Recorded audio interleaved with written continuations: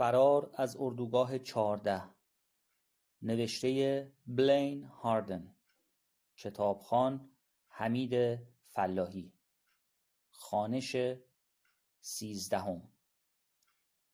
بخش 3. وقتی که ماموران سازمان اطلاعات کارشان با شین تمام شد، او به هاناون که در لغت به معنای وزارت اتحاد است گزارش پس داد. هاناون یک مرکز بازپروری دولتی است که بالای تپه‌ای سرسبز در حدود 65 کیلومتری جنوب سئول، کلان شهری وسیع با بیش از 20 میلیون نفر جمعیت قرار دارد.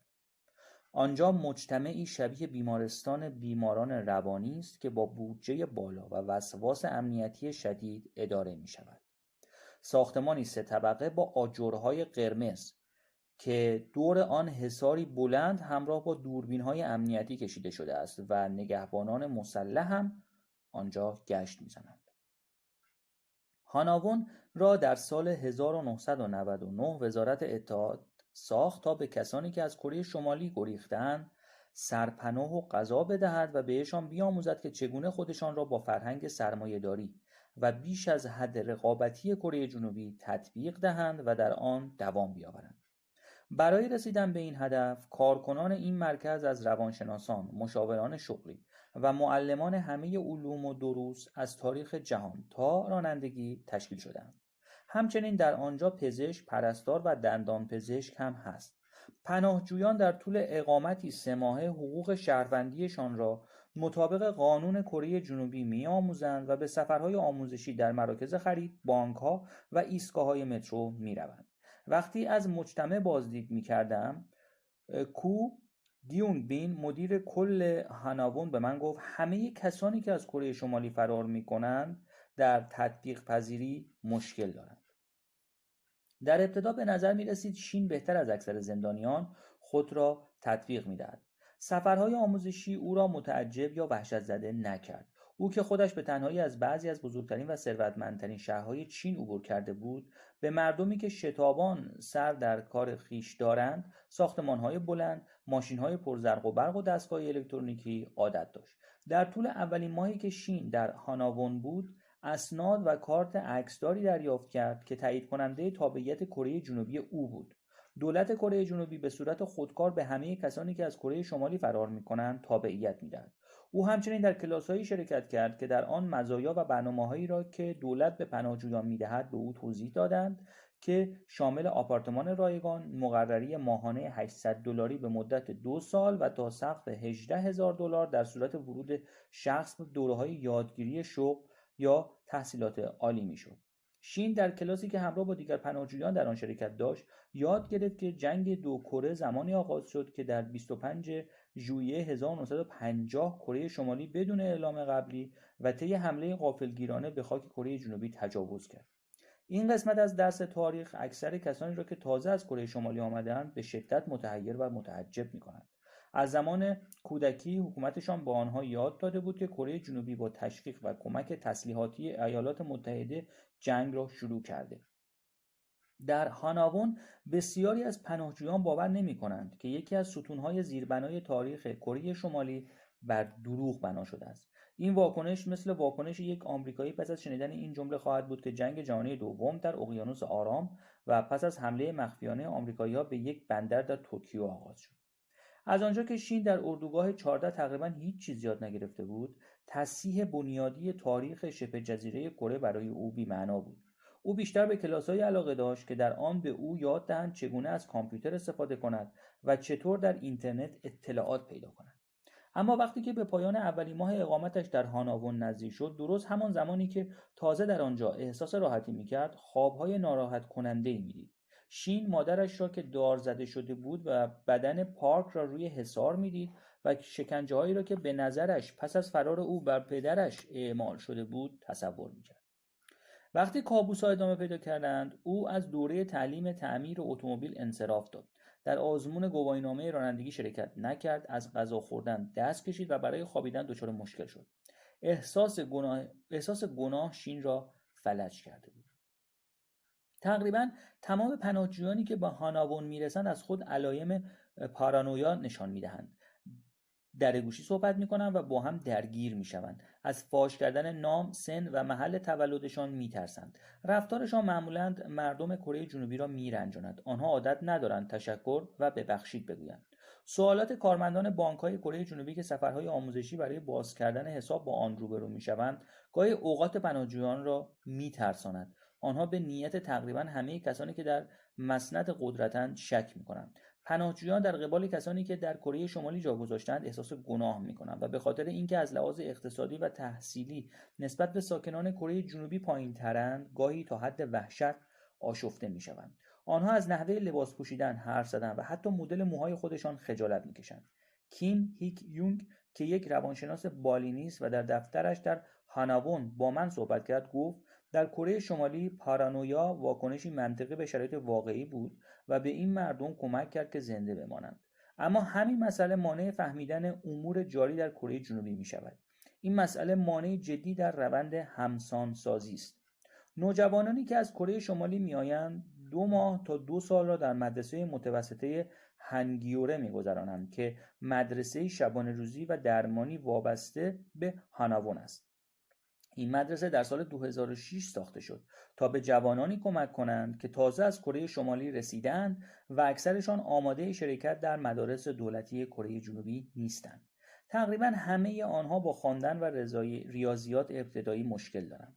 بعضی از لحاظ درک مطلب گرفتاری دارند که گویا به خاطر سوء تغذیه شدید در زمان نوزادیشان است. حتی در میان زرنگ‌ترین جوانان دانش تاریخ جهان آنها متشکل از داستان‌های شخصی اسرارآمیز در مورد رهبر بزرگشان کیم ایل سونگ و پسر عزیزش کیم جونگ ایل است. گواک جونگ مون، ناظم هنگیوره، به من گفت تحصیلات کره شمالی برای زندگی در کره جنوبی بیفایده است. وقتی خیلی گرسنه‌اید، تمایلی به یادگیری ندارید و معلم‌ها هم تمایلی به یاد دادن ندارند. بسیاری از دانش آموزان ما سالها بدون دسترسی به مدرسه در چین مخفی شدند. کودکان در کره شمالی در طول رشدشون پوسته درخت می‌خورند و فکر می‌کردن این کار عادیه. در حین سفرهای آموزشی به سینما معمولاً پناهجویان جوان هنگام خاموش شدن چراغ‌ها وحشت می‌کنند. ترسشان از این است که شاید کسی آنها را برباید. کره‌ای صحبت کردن مردم کره جنوبی پناهجویان را گیج می‌کند. در آنجا زبان کره‌ای آلوده به زبان آمریکایی شده است، مثل سیوپینگ یا همون شاپینگ و کاکتیل یا همون کوکتیل. برای پناهجویان بسیار شگفت‌آور است که پول در کارت‌های اعتباری پلاستیکی نگهداری می‌شود. پیتزا، هات داگ و همبرگر که خوراکی‌های معمول نوجوانان کره جنوبی اند باعث رودل کردن پناهجویان می‌شود. برنج زیاد هم همینطور. غذایی که زمانی غذای مورد علاقه اکثر مردم کره شمالی بود و در دوره بعد از قحطی به غذایی برای ثروتمندان آن کشور تبدیل شد. یک دختر نوجوان در مدرسه هنگیوره با نرم کننده لباس غرغره کرد چون آن را با دهانشویی اشتباه گرفته بود. دیگری از پودر شوینده به جای آرد آشپزی استفاده کرد. بسیاری پس از اینکه برای اولین بار صدای ماشین لباسشویی برقی را میشنوند وحشت میکنند. پناهجویان علاوه بر ابتلا به پارانویا، سردرگمی و تکنولوژی هراسی معمولاً از بیماری‌های قابل پیشگیری و مشکلاتی که در کره جنوبی وجود ندارد رنج میبرند. چون جونگ هی، سرپرستار یک دهه گذشته هانوون، به من گفت درصد بالایی از زنانی که از کره شمالی میآیند بیماری‌های عفونی و کیست‌های زنانه مزمن دارند. او گفت بسیاری از پناهجویان با بیماری سل به آنجا میرسند که هیچ وقت با آنتیبیوتیک درمان نشده است. رودل کردن و هپاتیت B بیماری‌های دیگری است که بین پناهجویان شایع است. پرستار گفت معمولاً تشخیص بیماری‌های عادی سخت است چون پناهجویان به دکترهایی که ازشان سوالات خصوصی بپرسند و برایشان دارو تجویز کنند عادت ندارند و به پزشکان مشکوکند. مردان، زنان و بچه‌ها مشکلات جدی دندان دارند که به خاطر سوء تغذیه و کمبود کلسیم در رژیم غذاییشان است. نیمی از پول سالانه مراقبت‌های پزشکی در هاناوون صرف درمان‌های مربوط به دندان می‌شود.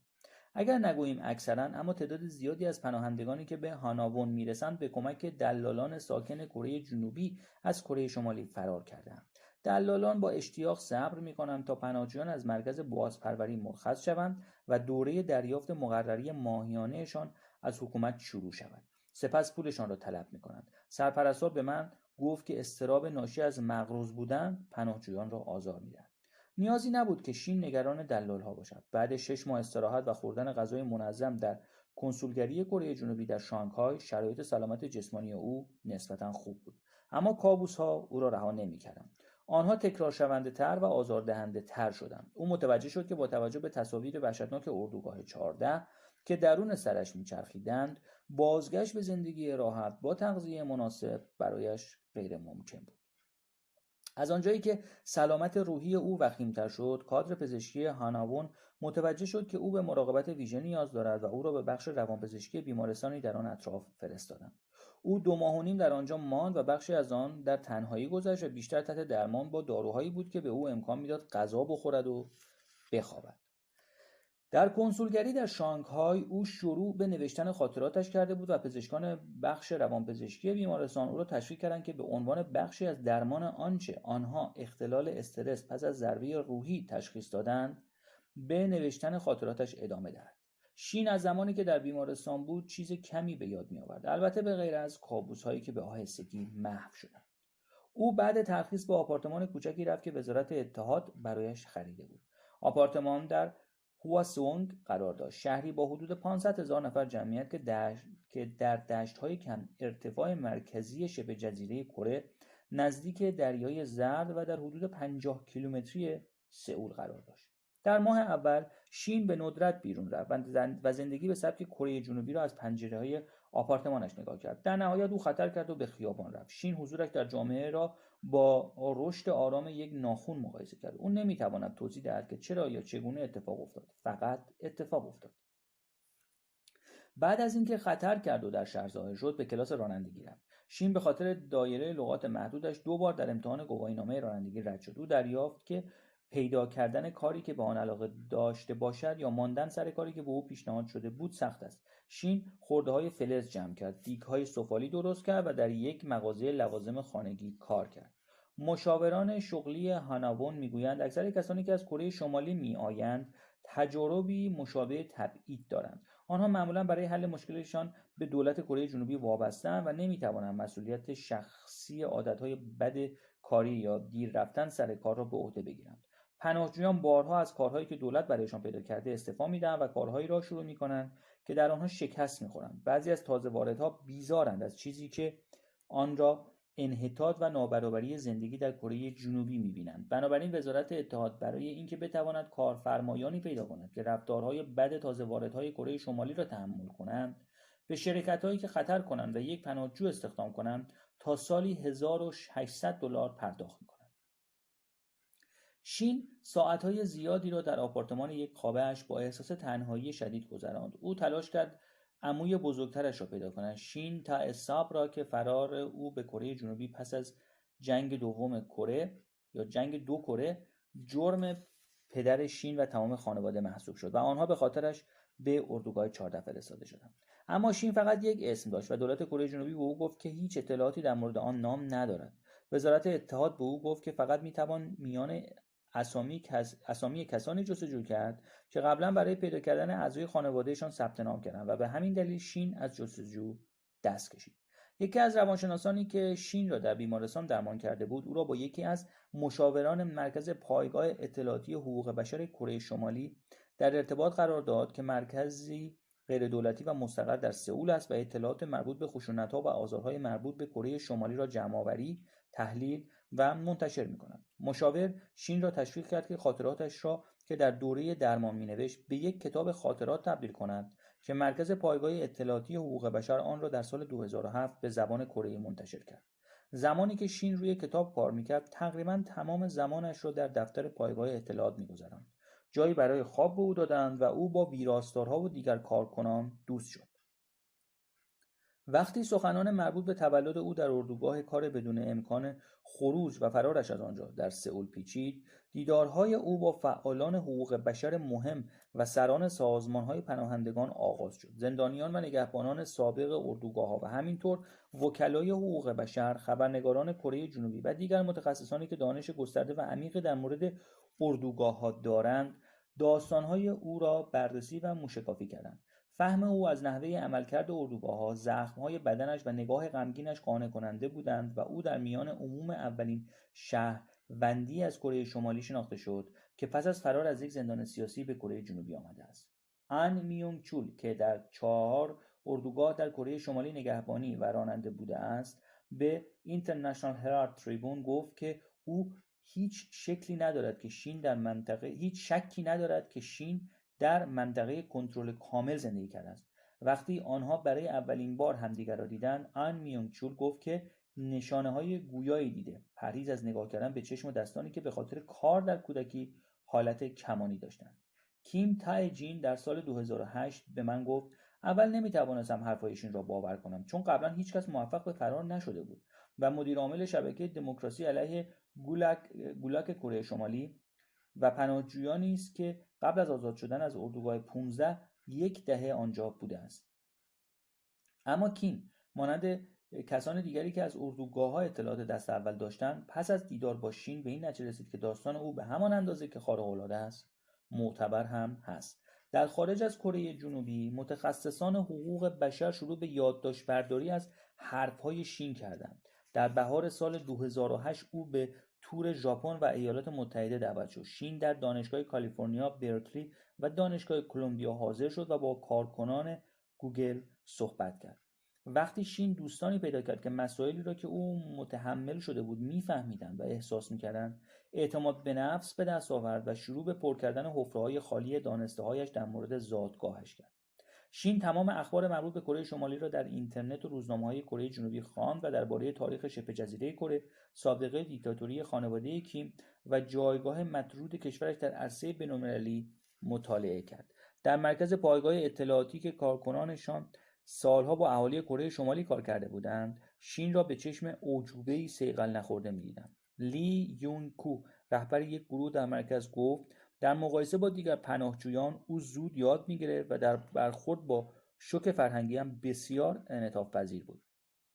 شین هر یک شنبه صبحها همراه با دوستان به کلیسا می‌رفت، اگرچه مفهوم خداوند بخشنده مهربان را نمی‌فهمید.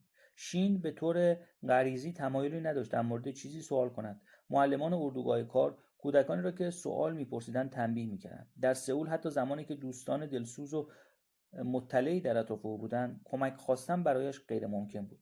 او با اشتیاق می‌خواند اما معنای کلماتی را که نمی‌دانست در فرهنگ لغت نگاه نمی‌کرد یا از دوستی نمی‌خواست چیزی را که نفهمیده برایش توضیح دهد. از آنجا که وقتی چیزی را متوجه نمی‌شد به سرعت از آن رد می‌شد، سفرهای او به توکیو، نیویورک و کالیفرنیا زیاد هیجان زده‌اش نکرد. شین می‌دانست که به توانایی‌اش برای منطبق شدن با زندگی جدیدش آسیب می‌زند، اما در عین حال می‌دانست که نمی‌تواند به زور خودش را عوض کند.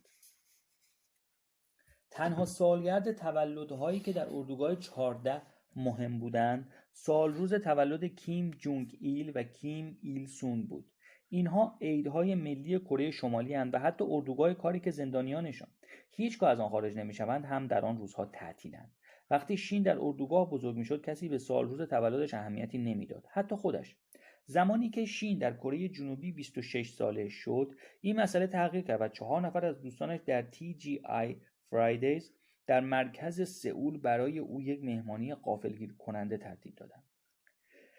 وقتی برای اولین بار در دسامبر 2008 چند روز بعد تولدش با هم دیدار کردیم، او به من گفت واقعا تحت تاثیر قرار گرفتم. البته این شادی‌ها نادرند و مهمانی تولد زیاد دوام نیاورد. شین در کره جنوبی خوشحال نبود. او به تازگی از شغل پاره وقت سرو کردن آبجو در میخانه‌ای در سئول استفاده داده بود.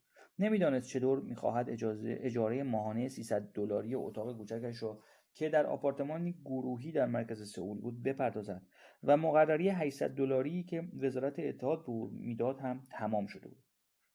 حساب بانکیش را خالی کرده بود و آشکارا نگران این بود که نکند مجبور شود به بی خانمان‌های ایستگاه قطار مرکزی سئول بپیوندد.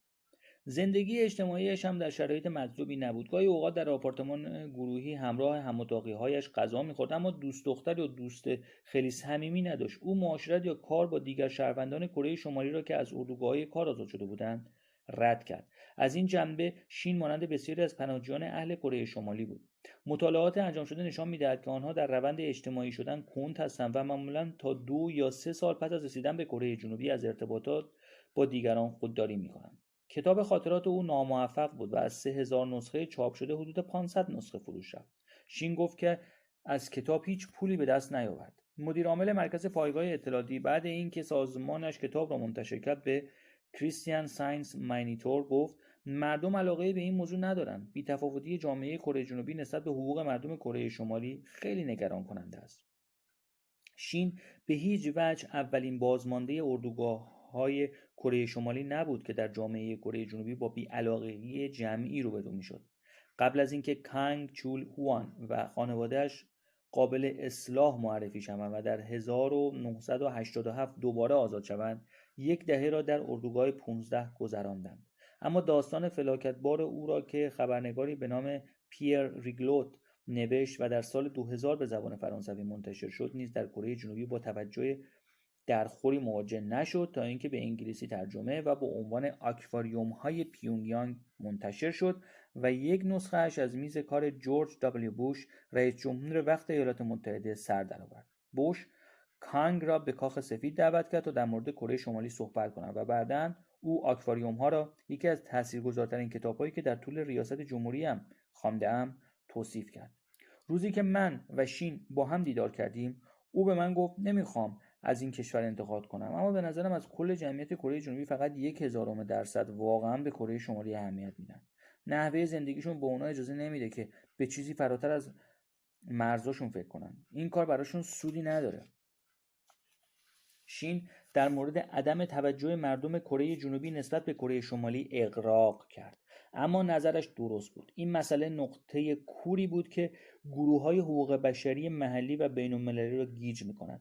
شواهد قاطع از ادامه یافتن فجایع سنگدلانه در اردوگاه‌های کار کره شمالی بسیار کم مردم کره جنوبی را برانگیخته است. همانطوری که کورین بار اسویپنسن اشاره کرد، مردم کره جنوبی که آشکارا فضیلت عشق برادران را گرامی می‌دارند، به طرز توجیه ناپذیری در باطلاق عمیق بی‌تفاوتی گیر افتادند.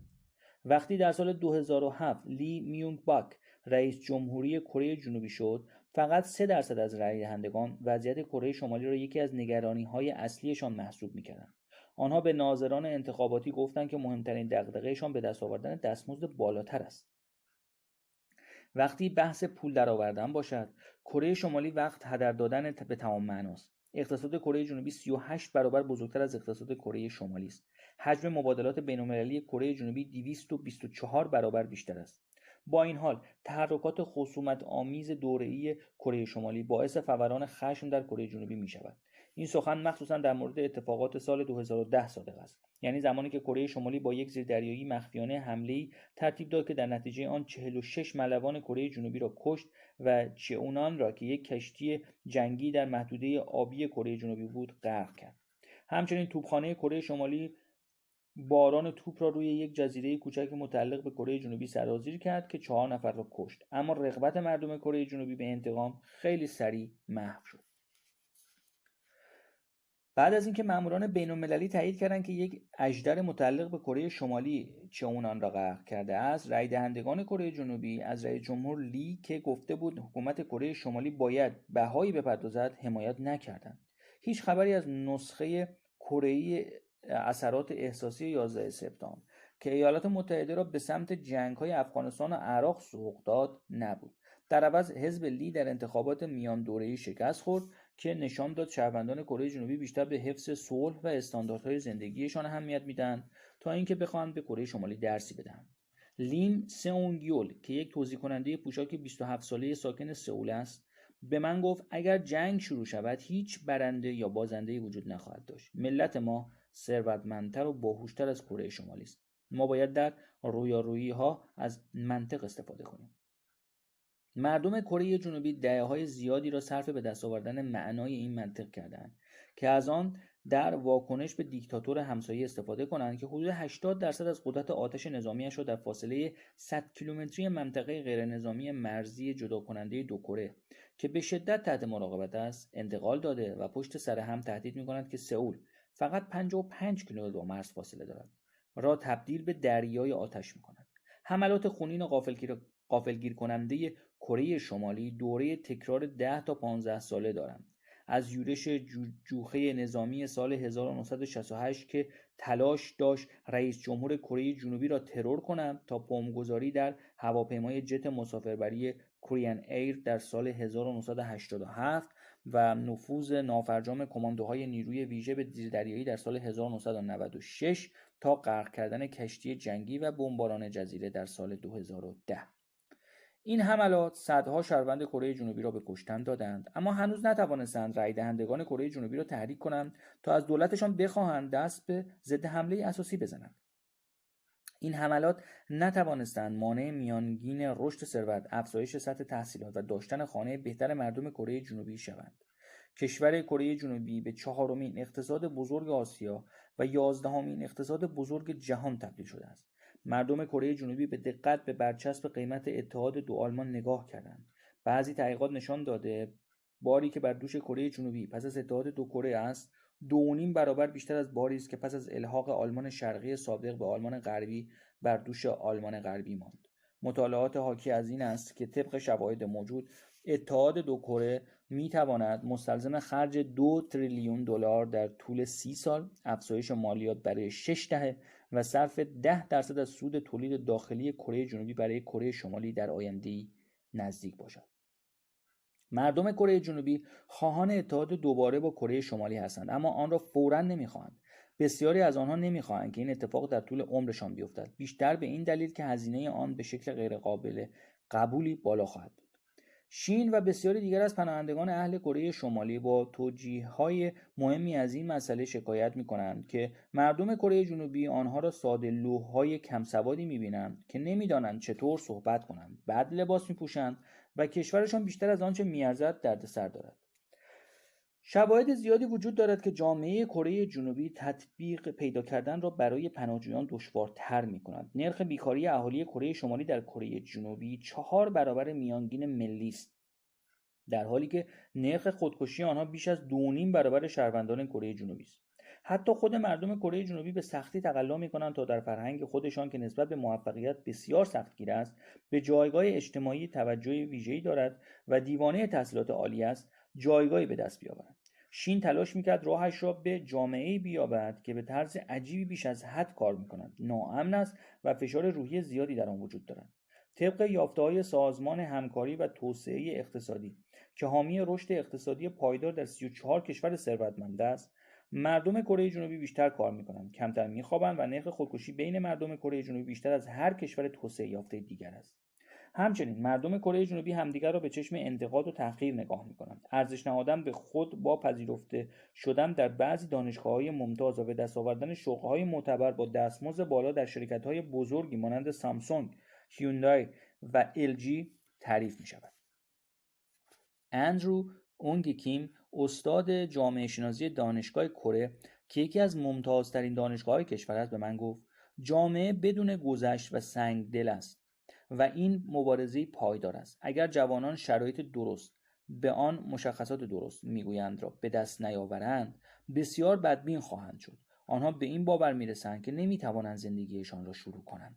فشار موفق شدن در مدرسه از کلاس 4 شروع میشود و باور بکنید یا نه تا کلاس 7 به همه چیز دانش آموز تبدیل میشود.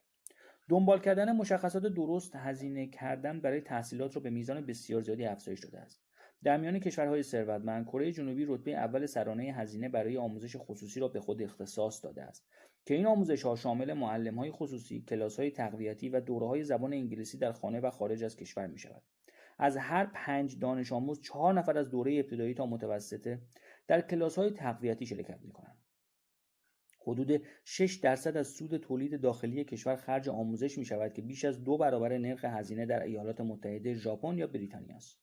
سختگیری کره جنوبی نسبت به موضوع موفقیت سود چشمگیری به این کشور رسانده است. اقتصاددانان بین‌المللی اغلب کره جنوبی را تنها مثال عظیم و معنای واقعی این جمله می‌دانند که بازار آزاد، حکومت دموکراتیک و کار سخت می‌تواند باعث تبدیل شدن یک کشاورزی دورافتاده به کانون قدرتی جهان شود. اما هزینه انسانی این ثروت و قدرت نیز خیره کننده بوده است. اگرچه نرخ خودکشی در اکثر کشورهای ثروتمند در اوایل دهه 1980 به اوج خود رسید، اما این نرخ به رشد خود در کره جنوبی ادامه داده و از سال 2000 2 برابر شده است. نرخ خودکشی در کره جنوبی در سال 2008 2.5 برابر آمریکا و به طرز چشمگیری بیشتر از ژاپن، کشور همسایه بود که خودکشی ریشه‌های عمیقی در فرهنگ آن دوانده است. به نظر می‌رسد خودکشی مانند بیماری واگیرداری شایع شده است و با نگرانی در مورد بلندپروازی‌ها و ثروت، متلاشی شدن خانواده و تنهایی حادتر می‌شود. ها کیو سئوب که در کالج پزشکی دانشگاه ملی سئول روانپزشک است و ریاست انجمن جلوگیری از خودکشی کره را هم بر عهده دارد، به من گفت ما تمایلی نداریم که برای افسردگیمون کمک بخوایم. شدیداً میترسیم که ما رو دیوونه بدونن. این بعد تاریک توسعه سریع ماست. اگرچه نگرانی برای ثروت بیانگر بخش زیادی از بی‌تفاوتی کره جنوبی نسبت به پناهجویانی مانند شین است، اما یک عامل مهم دیگر هم هست: چند دستگی فکری میان عموم مردم جامعه در مورد اینکه چگونه خطرات زندگی کنار کره شمالی را کنترل کنند. بسته به اینکه باد سیاست به کدام سو می‌وزد، مردم و دولت سئول بین مصالحه نسنجیده و تقابل محتاطانه تاب می‌خورند. بعد از اینکه رئیس جمهور لی و حزبش در سال 2008 به دفتر ریاست جمهوری راه یافتند، نگرش دولت نسبت به کره شمالی را سفت و سخت کردند و تقریباً تمام کمک‌ها و شروط در حال اجرا را در مورد همکاری سر موضوع خلع سلاح هسته‌ای و حقوق بشر قطع کردند. این سیاست منجر به چند سال نگرانی و عصبی بودن از احتمال شلیک موشک، رکود مراودات اقتصادی، تیراندازی‌های مرزی و تهدیدهای دوره‌ای کره شمالی بر مبنی بر جنگ تمام عیار شد. قبل از لی، کره جنوبی راهکاری کاملا متضاد را دست روی کار داشت. رؤسای جمهور کیم دائ جونگ و رو مو هیون به عنوان بخشی از تابش آفتاب همراه با کیم جونگ ایل در نشست سران پیونگیانگ شرکت کردند و با فرستادن محموله‌های عظیم غذا و کود به کره شمالی و مراودات اقتصادی سخاوتمندانه موافقت کردند. اما این سیاست وجود اردوگاه‌های کار را نادیده گرفت و تلاش نکرد تا نظارت کند و ببیند چه کسی در کره شمالی از این کمک‌ها سود می‌برد، ولی برای کیم دائ جونگ یک جایزه صلح نوبل به ارمغان آورد. اسکیزوفرنی کره جنوبی در مورد تعامل با کره شمالی گاهی به شکل یک تئاتر کابوکی در مرز بین دو کره اجرا می‌شود. آنجا پناهندگان بالون‌هایی را به سوی سرزمین مادریشان می‌فرستند که روی آن پیغام‌های اهانت‌آمیز به کیم جونگ ایل نوشته شده است. روی اعلامیه‌ها برای توصیف او از چنین عباراتی استفاده می‌شود: کسی که شراب وارداتی گران قیمت می‌خورد، اغوا کننده همسران مردان دیگر، قاتل، بردهدار و خود شیطان است. من در یکی از مراسم‌های بالون هوا کردن شرکت کردم و پلیس دولت لی را دیدم که تلاش می‌کرد از یک پناهجوی اهل کره شمالی به نام پارک سانگ هاک در برابر اعضای اتحادیه کارگری و روشنفکران دانشگاهی خشمگین که اصرار داشتند تنها سیاست جایز در قبال کره شمالی تعامل بدون تهدید است محافظت کنند. قبل از پایان ماجرا، پارک ضربه‌ای به سر یکی از مخالفان اعتراضات زد. ضربه‌ای که صدایش درست مثل صدای برخورد چوب بیسبال به توپ بود و روی چند نفر دیگر هم طوف کرد. او از زیر کتش یک اسلحه شلیک گاز اشک‌آور درآورد و قبل از اینکه پلیس بتواند آن را از دستش بگیرد، چند بار به سمت آسمان شلیک کرد. او نتوانست جلوی رقیبانش را بگیرد تا بیشتر کیسه‌های اعلامیه ضد کره شمالی را پاره نکند. در نهایت گروه پارک توانست فقط یکی از 10 بالون را به هوا بفرستد و 10,000 اعلامیه روی زمین ریخته شد. من و شین اولین بار فردای آن ماجرای بالون همدیگر را ملاقات کردیم. او در مراسم شرکت نکرده بود. رویارویی خیابانی باب طبعش نبود. شین فیلم‌های قدیمی آزادسازی اردوگاه‌های کار اجباری نازی‌ها را به دست متفقین دیده بود که شامل صحنه‌هایی بودند که بولدوزرها جنازه‌هایی را از زیر خاک در می‌آوردند که حکومت در حال سقوط آدولف هیتلر کوشیده بود آنها را مخفی کند. شین به من گفت حتما اتفاق می‌افته اما معلوم نیست کی، و قبل از اینکه کره شمالی تصمیم بگیرد اردوگاه‌ها را تخریب کند. امیدوارم ایالات متحده بتونه از طریق فشار و متقاعدسازی حکومت کره شمالی را قانع کنه تا همه افرادی رو که در اردوگاهن به قتل نرسونه. شین هنوز متوجه نشده بود که در کره جنوبی چطور باید صورت حساب‌هایش را بپردازد، از پس مخارج زندگیش بر بیاید یا دوست دختری پیدا کند. اما او تصمیم گرفته بود که با بقیه زندگیش چکار کند. فعال حقوق بشر میشد و آگاهی بین‌المللی در مورد وجود اردوگاه‌های کار را بالا می‌برد. برای رسیدن به آن هدف او قصد داشت کره جنوبی را به قصد آمریکا ترک کند. شین پیشنهاد آزادی در کره شمالی، سازمان خیریه‌ای را که حامی مالی اولین سفر آمریکایی‌اش بود، قبول کرده بود. او به جنوب کالیفرنیا رفت.